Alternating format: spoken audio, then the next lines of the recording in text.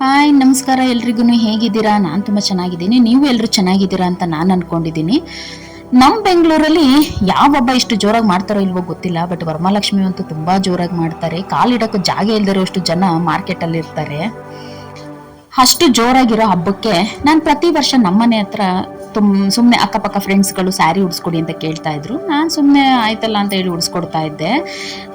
ಇದೇ ಮೊದಲನೇ ವರ್ಷ ನನಗೆ ಅದೇ ಒಂದು ಕೆಲಸದ ರೂಪದಲ್ಲಿ ನನಗೆ ಬರುತ್ತೆ ಅಂತ ಖಂಡಿತ ಅನ್ಕೊಂಡಿರ್ಲಿಲ್ಲ.